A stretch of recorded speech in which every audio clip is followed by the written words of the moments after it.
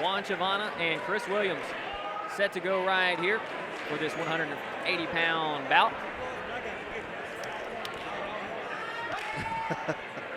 Williams in the white and Chavana in the black here as we get fight number 6 tonight underway.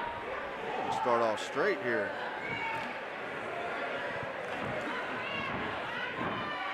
Chavana seems to be the more physically fit of the two. A little bit more of the aggressor here. Chris Williams checks in at 6 foot 180, 5'9" for Chavana. Definitely a reach advantage here for Chris Williams as well. You can tell he's much bigger there in the cage. I agree. We'll see here though, it looks like going for the takedown. Chavana trying to use that leverage there, unable to do so. Williams now with control up against the cage.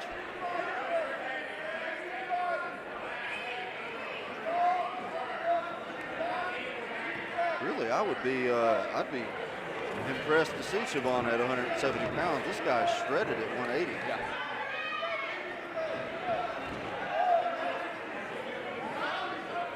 Keeping the pressure on. Looks like an illegal knee lands right there. Chris Williams, one of Brent Mason's guys, Elite Combat Academy, my alma mater. Shreveport, Louisiana. That's right. That's right. Let's see what Williams can show here. Make the Elite Combat Academy crew happy. Chavana throwing some big shots right there. A couple of them too. See Williams here. Nice sharp exchange. Williams just looks like a specimen here. Ooh, physically. Exchanging leg kicks. Now he's quick to get to the ground. And he's got him down here on the back. Chris Williams with a nice little drag down. Looking for that arm.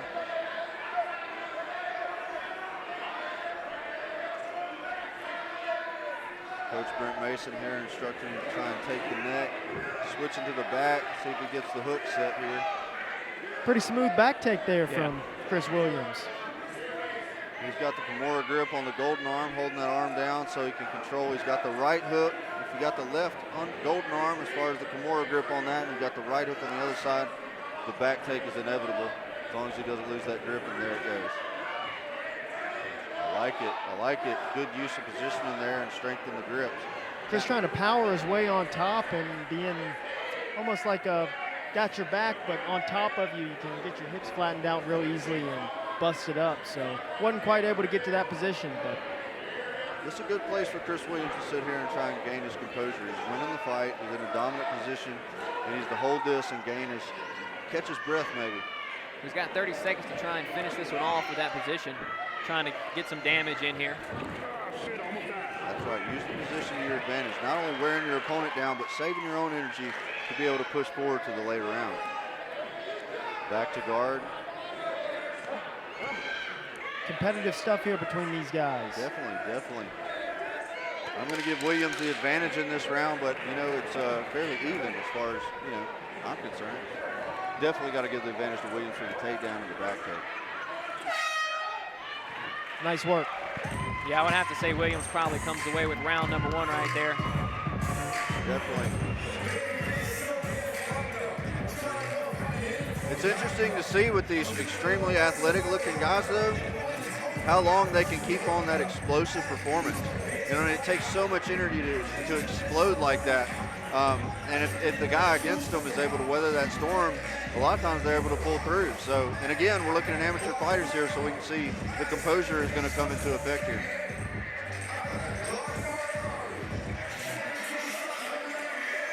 I want to say a big thank you to Bojack's Craft House, who's the sponsor of this 180-pound clash. Man, have you eaten? Oh, I've got a real big lineage backstory with Bojack's Craft House. They started out on South Lakeshore Drive, right beside where I live, nice. And they sponsored Ben Mentz's show, which I was a part of for a couple years, and really amazing things what Bojack's Craft House is doing. I think they were passing some plates around here. What's up? Well, we need to tell them I know Matt Snell so I can get one. Jeez. That's what I do anywhere I go. I just tell them I know Matt Snell, and it works usually. Typically gets you kicked out of the place. Well, here we go, jokes aside. These guys are not joking inside the octagon. Here we go with round number two. Looks like Chavara has the better giddy up in this second round. I felt that too there. Ooh, that's a nice left. He stunned him. He's down. He's hurt. This fight's over. That's it. It's over. That's over. Big straight right hand, got that one started. He called time. He didn't call it time. over. He called time. Oh, man, I thought he was stopping that I fight. think we're going with the back of the head I mean, shot. come on now. Chris Williams landed a huge left that dropped him, and then he. It was. I didn't catch the shots to the back of the head. Apparently, referee Stan McCandless did. That's tough, man. You're trying to finish the guy. You're doing anything you can to get it over with right there. That's a tough call for Williams. I don't like Juan Chavana going back out here too. Obviously hurt and compromised from not only the punch, but maybe the shot to the back of the head. Well, look, man, I know the punch hurt him, but those shots on the back of the head are rough. That's a much bigger deal than a lot of people try to make it out. That was a huge score right there for Williams, though, no doubt about it. Definitely it wasn't an intentional back of the head. A lot of these guys get carried away when the adrenaline's pumping. But that was a good call by Stan McCandless to give Chavana a chance there.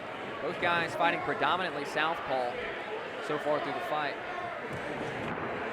Interesting to see two southpaws fight each other, you know, because you would think, oh, he's a southpaw, he's used to it. But even southpaws are thrown off by fighting southpaws because they're not used to training with them.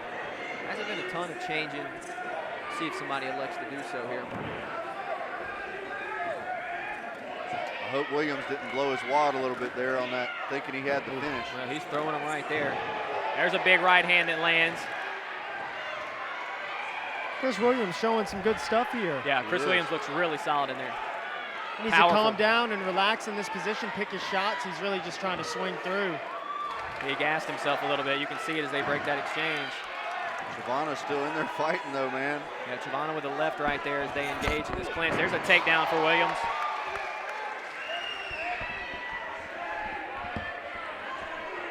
Digging for that guillotine. We'll see if that's a mistake for him. Chris Williams will be safe as long as he keeps his head side high and he escapes the guillotine.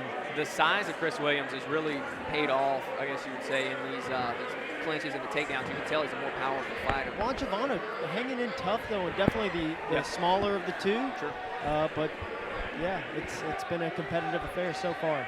It has. I got to give the tilt to Chris Williams, though. Yeah, he's up. As long as this thing continues the way it is, he's definitely won this round. Well, especially since he's already finished him once in this round. Chavana looking for the deep half guard.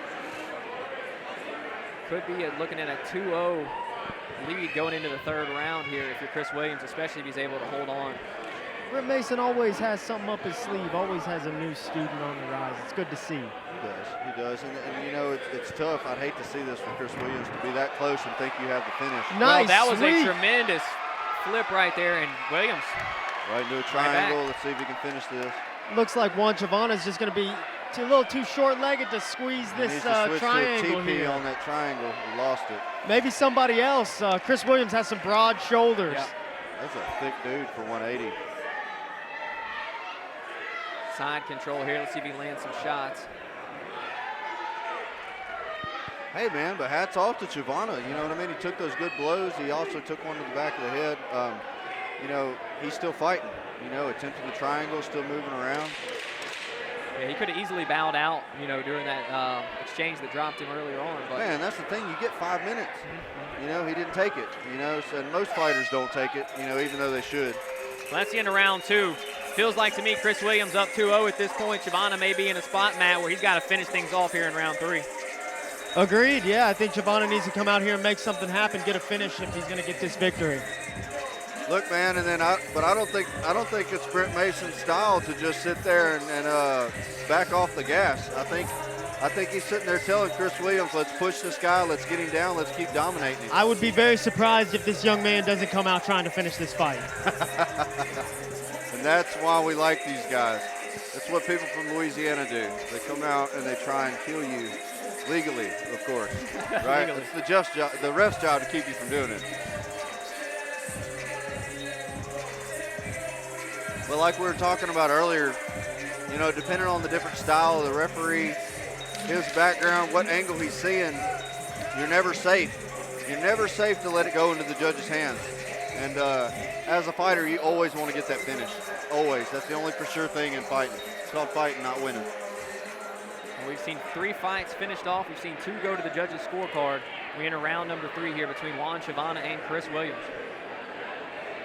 UFC referee look-alike giving us a, I mean, he's got a twin in the UFC, right? I can't think of the names, but man, he's got a twin. The referee Stan McCandless has been at it for a long time now. One of the best referees in the state.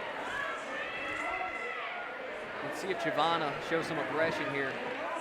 More than likely down 2-0. Chris Williams showing signs of fatigue here early on, but the big man can still crack. Chavana needs the finish here, in my opinion. If I'm his coach, that's what I'm telling him. He needs to watch out for the strikes of Chris Williams, though. There's a broad-shouldered fella, and they can throw some hammers. Chavana being extremely composed, though. I wouldn't be surprised if he's able to land one. He might catch him with one of these. He definitely seems to have the spunk. Definitely the fresher of the two. Man, this might be another one of those we're wishing we had 5 rounds, you know? Williams looking for that takedown again. Let's see if Chavana can get up. I have a trouble feeling that Williams can finish this round. Chavana trying to close up a Kimura attempt here. Reach around if he can grab that grip and take that left leg and take the back. In a strange place here on the fence, and Chris Williams is obviously a mongoloid. And again, kind of a spot where the arm's not long enough again right there to get around the big body of Williams. I think maybe if the fence wasn't straight, on his back, keeping him from moving a little bit, maybe he would have been able to create space. But yeah, now here we are, Chris Williams on top of us in our guard. And that's been one of the big dominant points of this fight, is Chris Williams getting it to the ground and really taking control. And from a strategic standpoint, this is something that you, as a coach, you want Chris Williams to do. Get the fight to the ground, continue to impose your will, try and improve your position, and win the fight. Yet here we are standing next to Brent Mason, and he doesn't really seem that satisfied with his position. Well, he's never satisfied unless they're knocked out, or unconscious. Chris Williams kind of biding his time. This is something we've talked about in the past with Juan Chavana. If we're going to end up on our back, we have to be able to get to our feet. Just as important as having submissions off your back is the ability to stand. And I'm really not seeing much of an attempt here from Chavana. Coach Mason. Oh, there he is, underhook. Stereotypical. He's telling him to push the pace, try and pass the guard and impose his will. We've got 40 seconds here left in the round. Let's see if Williams can continue to do so. Maybe Chavana can pull something out here. If so, he needs to get to his feet or needs to try and catch a submission here fast. Chris really biding his time. He needs to keep his hips centered up. Digging that Kimura again. Maybe he's looking for the setup on the sweep. Needs to grab that Kimura and crank it. That might be the finish if he can tuck it in deep and put it behind his back. Man, Chris Williams is long. He needs to just hold on to his pants and let it go there. He gave up the sweep. That was smart. That was smart to give up the sweep. Agreed. I mean, he's already won 2 minutes and 50 seconds of the round. What's 10 seconds? There we go. That was way to end it there for Juan Chavana. May have stole the round, but you gotta think Chris Williams did enough in that one. Oh, he definitely did enough in that one, and he had the first 2 rounds for sure. I definitely feel like. Another competitive match here at AKA 8. At a catchweight too. Love it. Definitely looked like Chavana's more of the 170 welterweight guy on this aspect, but hey man, he brought it. He brought it the whole time. He sure did. He was competitive throughout the whole fight. Chris Williams, obviously a talented guy with a bright future. He's an athlete, just an athlete. You can't coach that,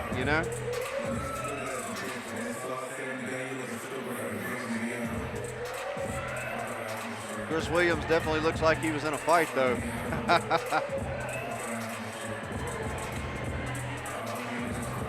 Good to see the mutual respect after a fight. It's hard to get in there and trade paint with somebody and come out of there without some respect for him, It's a difficult thing. That's why the idea of violence perpetuating violence doesn't make any sense, because you and I, we all know how this thing goes. You get out there, trade paint, you shake the guy's hand, you typically leave with a lot of respect. Man, I'm really good Ladies and gentlemen, after 3 rounds of fast and furious mixed martial arts section, we are going to the judges' scorecard.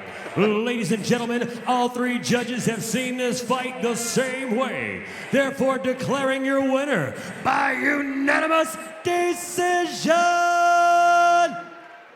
fighting out of the red corner, Chris Williams.